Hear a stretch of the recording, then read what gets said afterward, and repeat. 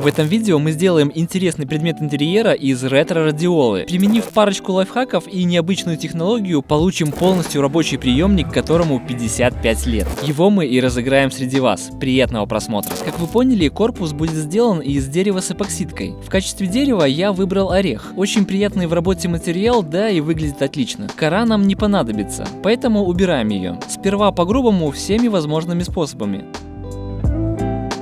А когда основной слой убран, подчищаем вот таким скобелем. Кстати, по названию Петроград можно догадаться, что этот инструмент делают у нас. И если честно, мне очень приятно, что появляются вот такие крутые отечественные производители, которые ничем не хуже импортных. Инструмент сделан с душой, смело могу рекомендовать. Затем отпиливаю нужный кусок. В итоге мне надо получить длинную узкую заготовку, для того чтобы корпус смотрелся едино.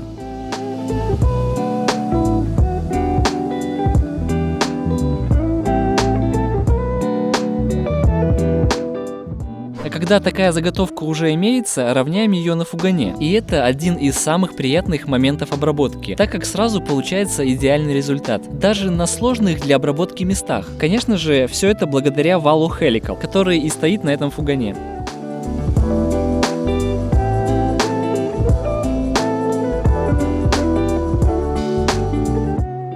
А когда одна из сторон уже выведена в идеал, обрабатываем противоположную сторону, но уже при помощи рейсмуса. И так, проход за проходом, пока не получим нужную толщину заготовки. Как вы видите, качество обработки тут не хуже, чем после фугана. И это не случайно, так как в рейсмусе стоит точно такой же вал, но в нем уже 138 лезвий.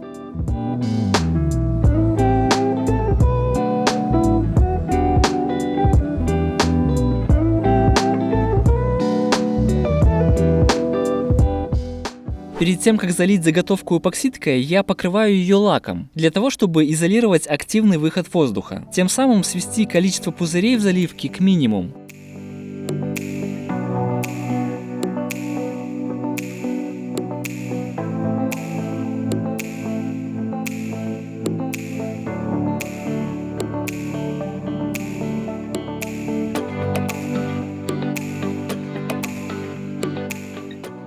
Следующим этапом разводим смолу. Это состав под названием Wood Pro. Отлично подходит для этих целей, как и для многих других. Ссылки на все используемые материалы, как всегда, есть в описании ролика.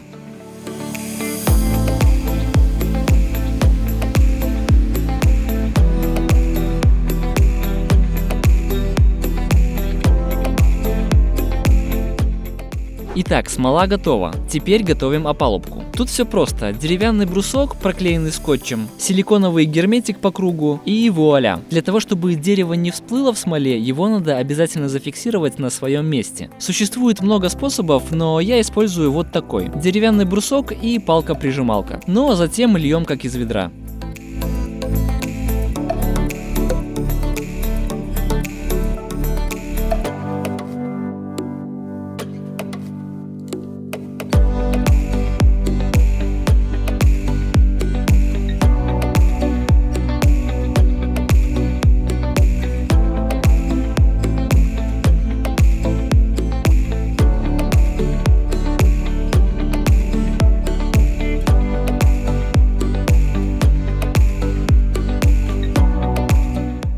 Пока смола сохнет, переходим к самому интересному. Нам предстоит разобрать старую радиолу, которая, кстати, в отличном рабочем состоянии. Вообще, этот проект мы делаем для канала Артель, Данила, Макар и братья. Я давно подписан на их канал и смело могу сказать, что такого контента очень мало на ютубе. Это канал о строительстве инновационных и традиционных домов и бань из интересного материала полярной сосны Кела. Также компания создает предметы мебели для домов из массива дуба, ясеня и других материалов.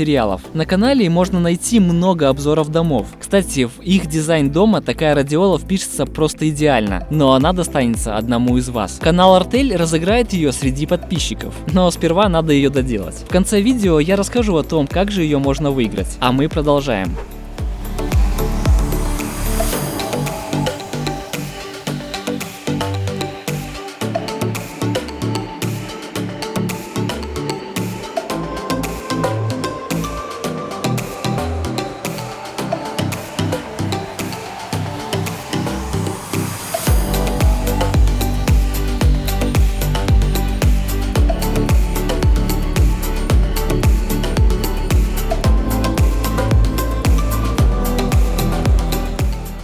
После того, как радиола разобрана и сняты все размеры, мы клеим щит. Для того, чтобы изделие смотрелось едино, я решил использовать все тот же орех.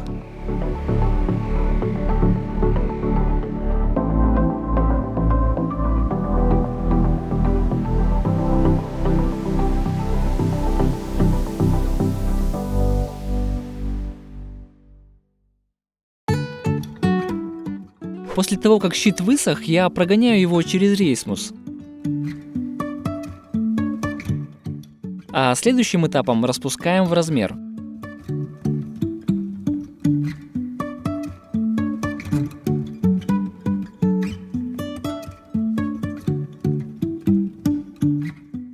При помощи фрезы от CMT делаем выборку. И если фреза сделана правильно и на совесть, обработка выглядит именно так. С ножей фрезы должна лететь стружка. Не пыль, не куски, а тоненькая чистая стружка. Для ЧПУ, кстати, мы также используем их фрезы. А качество обработки вы увидите немного позже. Эта нижняя часть радиолы сделана точно наподобие оригинала.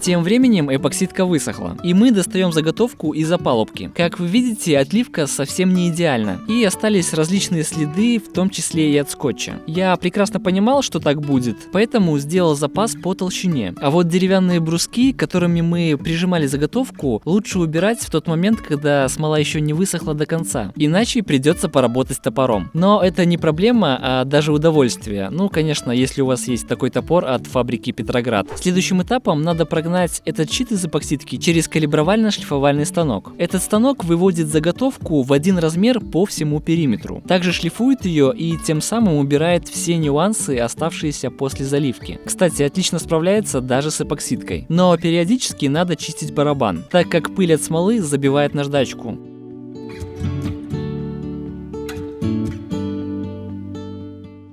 Итак, щит выведен в один размер, и нам надо сложить его в коробку, но так, чтобы короб смотрелся единым. Для этого делаем пазы, а в местах соединения выборку под 45 градусов, для того, чтобы в итоге получились соединения в 90 градусов. Эту страшную фанерную перегородку заменяем цельной ламелью, конечно же из ореха. В нее в дальнейшем будут установлены динамики. Сперва вырезаем по черновому, а дальше, используя старую перегородку в качестве шаблона, копировальной фрезой повторяем ее форму. Для того, чтобы корпус стал прозрачным, я вышлифовываю его мелкой наждачкой, начиная с 240 и заканчивая 600, а затем покрываю глянцевым лаком. Это двухкомпонентный автомобильный лак.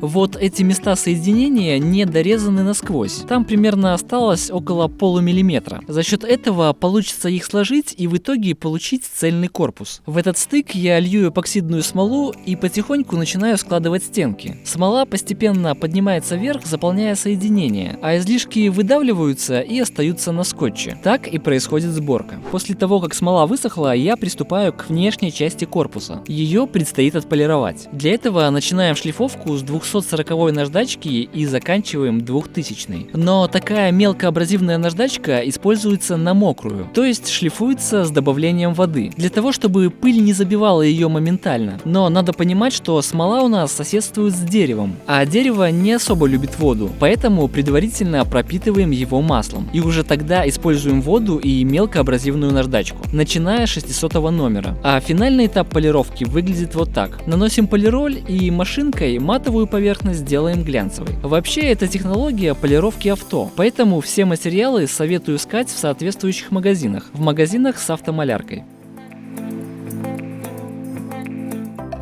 Заднюю перегородку мы также сделали из ореха. Осталось отшлифовать и обработать.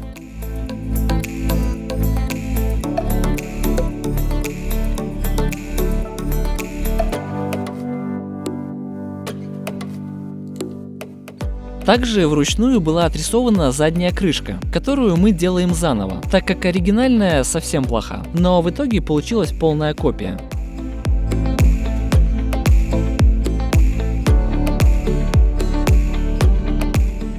Поскольку корпус будет прозрачным, все внутренности будут видны. В этом как бы и есть смысл проекта. Так вот, их хорошенько вычищаем.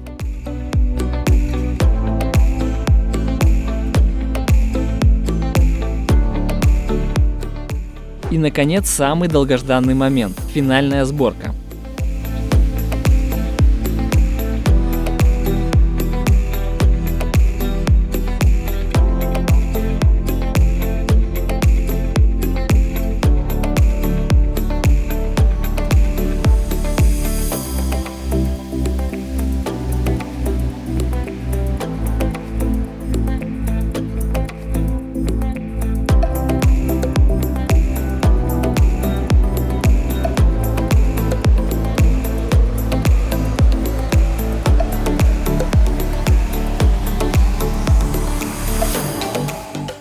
После финальной сборки я решил, что в целом изделие смотрится скучновато, и решил применить один интересный эффект. Давно была такая идея, а тут она подошла очень кстати. Я взял жидкую эпоксидную смолу и налил ее в краскопульт, убрал давление на минимум, и получается так, что пистолет просто плюется каплями из эпоксидки. В итоге смола высохнет и получится эффект мокрой поверхности, что-то вроде поверхности после дождя. Как по мне, смотрится интересно, но очень интересно ваше мнение, так как эта радиола достанется одному из вас. В итоге получился вот такой результат. Теперь нам предстоит отправить радиолу компании Артель, Данила, Макар и братья. У них на канале можете посмотреть обзор на нее, а также послушать, как играет музыка. И, конечно же, выиграть именно эту радиолу в конкурсе. Для участия нужно всего-то подписаться на канал Артель, Данила, Макар и братья. Я оставляю в описании ссылку на видео, в котором проходит конкурс. Поставьте лайк под видео с конкурсом и комментарий. Удачи и добра от топора!